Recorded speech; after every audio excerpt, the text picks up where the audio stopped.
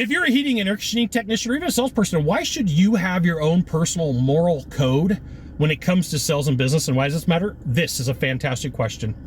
I'm Scott Sylvan Bell, coming to you live from Haleiwa, Oahu, on a perfect day to talk about sales and business, and a fantastic day to talk about you. Perfect day. Like, I really mean it. It's like 85 degrees outside right now.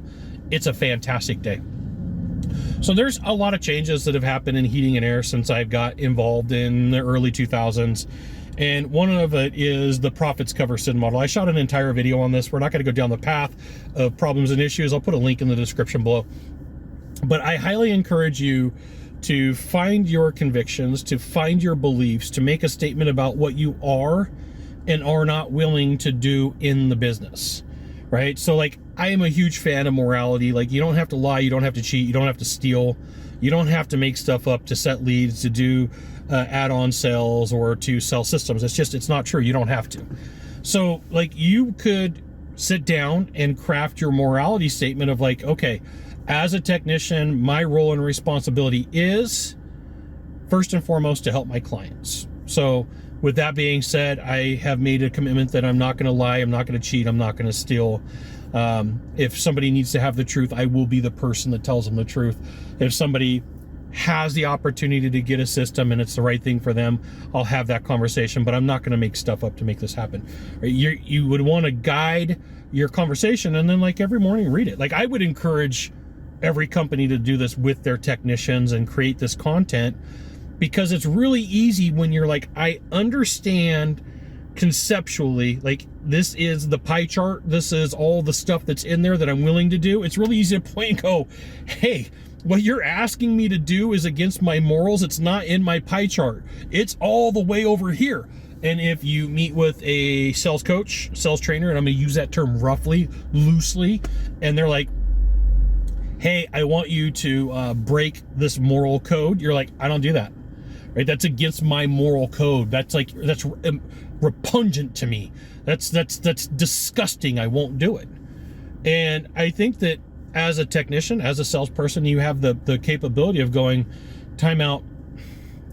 This is a no-go zone. This is not ethical. It's not moral, and I'm not going to do it. And because you have your content in there, like, hey, here's what I'm willing to do, and here's what I'm willing to say, super importante for you, right? I'm literally seriously considering dropping some training. Like, we'll do it on Zoom. I'll do it for free. Won't even charge you. Like, there's no cost, and we'll do it as a workshop. And if other trainers in the industry want to be involved, they're totally invited too.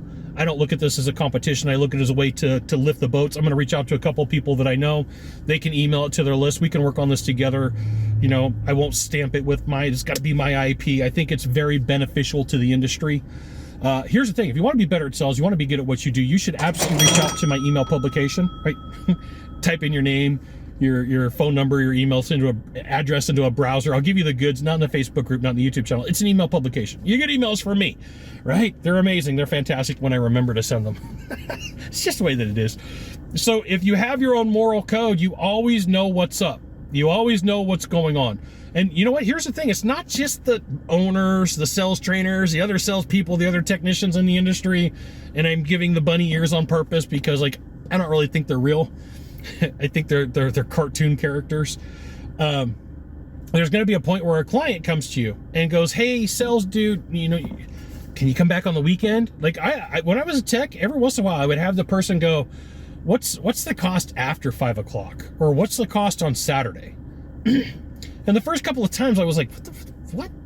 I don't work evenings. I don't work Saturdays. What do you mean? And then they're, no. What's the it fell off the truck cost? Well, hey, dude, sorry. The company paid for this lead. They paid for me to be in a van. They paid for my gas. They paid for my freaking uniform. There's the cost that it is today. I don't do the, hey, it fell off the back of the truck, or I'm gonna take this lead from the company. Like, it's they paid for it. It's theirs. I don't do that. That should go into your morality statement as well too. That should go into like, hey, here's what I'm willing to do. Here's what I'm not willing to do.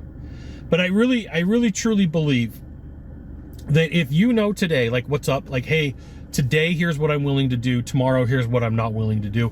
It makes that line so it's not blurred and it's not all over the place. Really easy for you to decide and say, like, this isn't for me. or I really need to call out this activity. Man, in 20 years, I have seen some wild things. In 20 years, I have seen some interesting sales trainers, right? Super rough terms. Sales trainers say and do some things that, oh my goodness. They would make HR blush. They would make an attorney go, yes, I'm going to take this case. They would make an attorney go, this person really should not be coaching or training, right? I've seen it live. But I would sit down and spend some time coming up with your own morality. I'm serious. I will put a training on for this. Won't charge. It won't be like, hey, on the back end, here's all the stuff you need to buy from me. I don't do that. And I'll probably grab a couple of other dudes or other chicks in the industry and say, bring some people. We'll have some fun. You got one of three things to do from here, just one of three. Find the subscribe button, click on it, and every time I send out a video, you'll get an update. 2, hit follow. 3, share this video with a friend. We'll see you soon. Aloha and mahalo.